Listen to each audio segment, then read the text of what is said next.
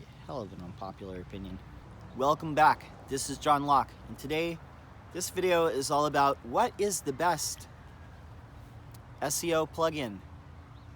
And I'm just going to start by saying most of the time it doesn't matter a whole lot, because what your SEO plugin is going to do, we're talking SEO plugins for WordPress sites. So we're talking plugins like Yoast, rankmath, SEO Press, SEO Framework, all-in-one SEO. All these different ones, they basically do the same things. Some of them do like a little bit different things, but it has a little bit of an effect on your SEO, but not as much as you really want to think.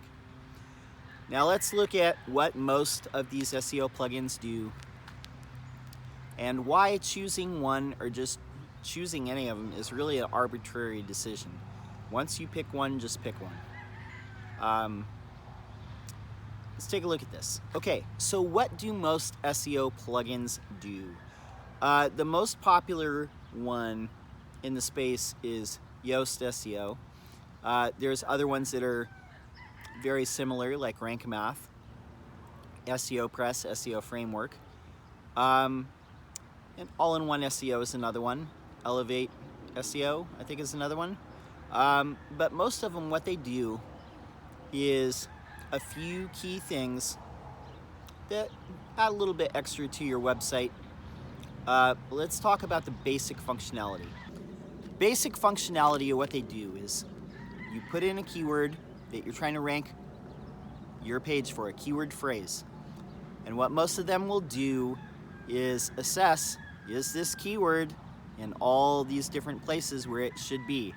Title tag, meta description, the URL, and in the body of the text and in the headings. And for the most part, most of them are a keyword density tool. That's their main function.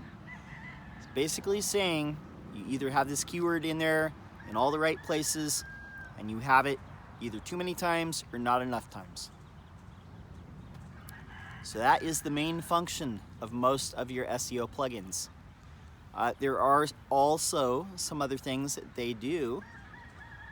Most of them will also output very limited schema structured data, which is basically data that Google can read to get a little bit more information about that company. For example, Yoast, their plugin outputs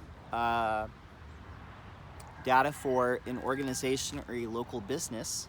And it just says, here's the company name, here's the company logo, and this company is the same as these social profiles. So, kind of important, critically important. I don't know about that. Every little bit helps in SEO. But I don't have a preference for one plugin over the other.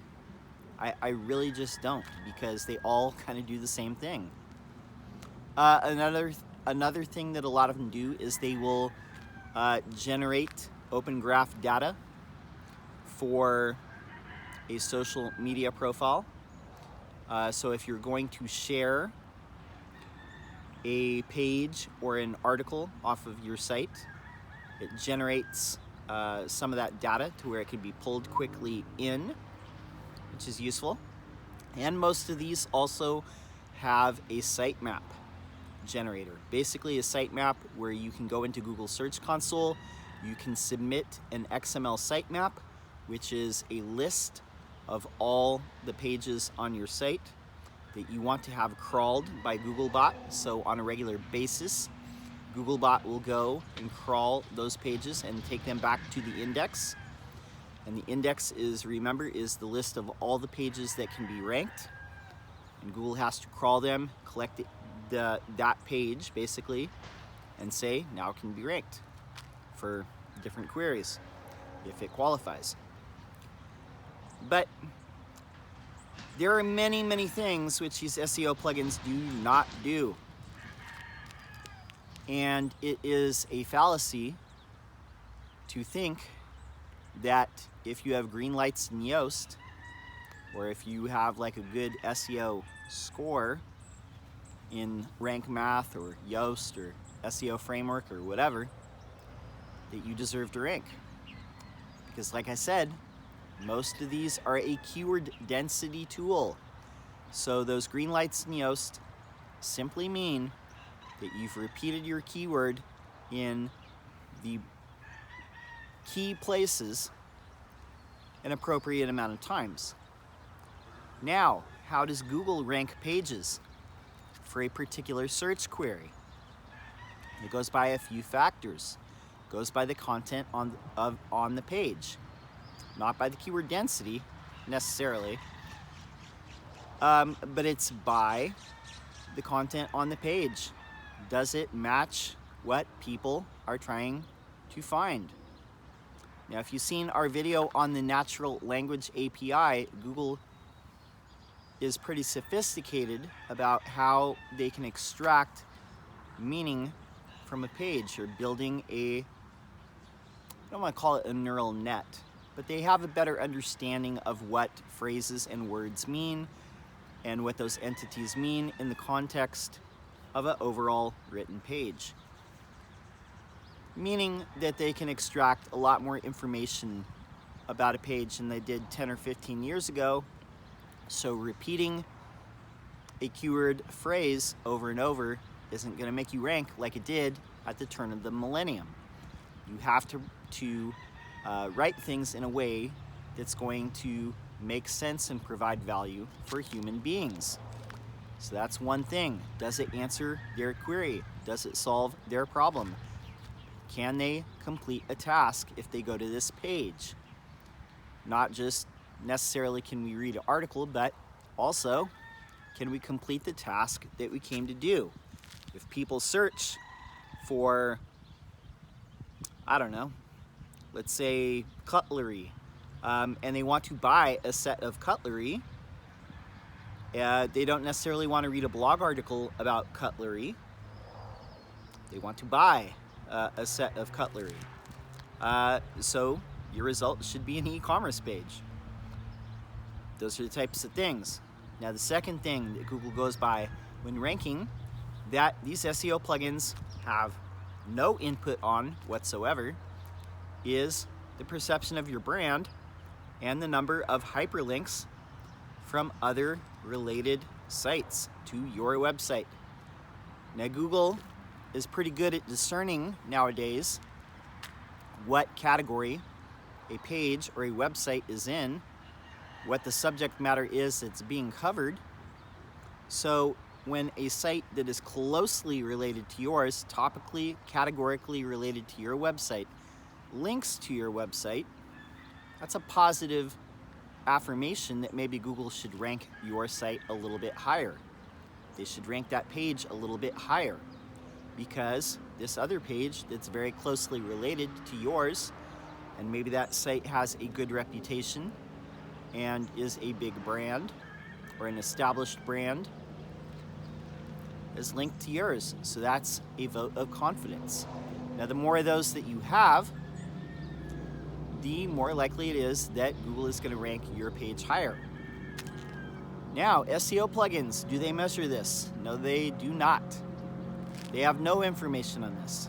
You have to use an outside tools, something like either Google Search Console or Ahrefs or SEMrush or Moz or Majestic to get that sort of information. And these are, Google Search Console is a free tool from Google, and you can see a list of sites that they have that are linking to yours.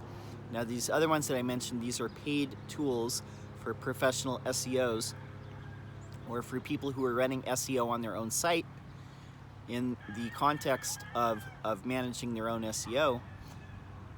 But these give a lot more information about what sites are linking to you and where your competitors are getting links from, and maybe that gives you some insight on maybe some sites, websites that you could be getting links from, hyperlinks, usually through profiles or usually through you creating content for your site that people want to link to as a reference, kind of like Wikipedia.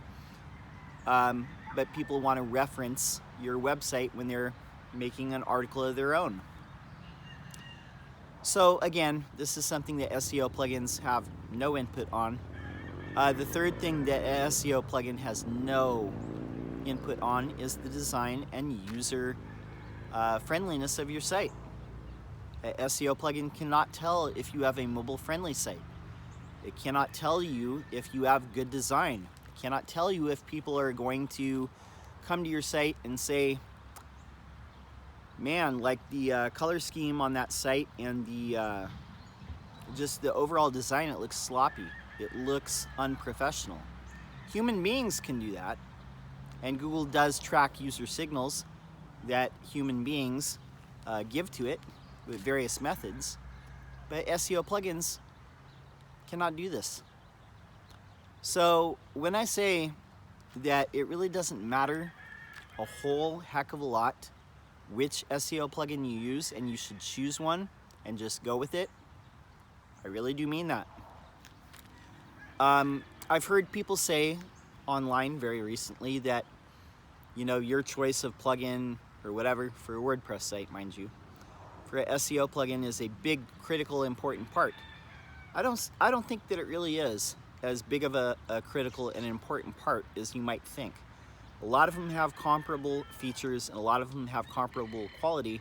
So all other things being equal, what you should really do is choose the one that you feel the most comfortable using and the one that is easiest for you to use, the one that gives you the features that you find important, and the one that causes your site to lag the least, because yes, these things can impact the speed of your site. This is true.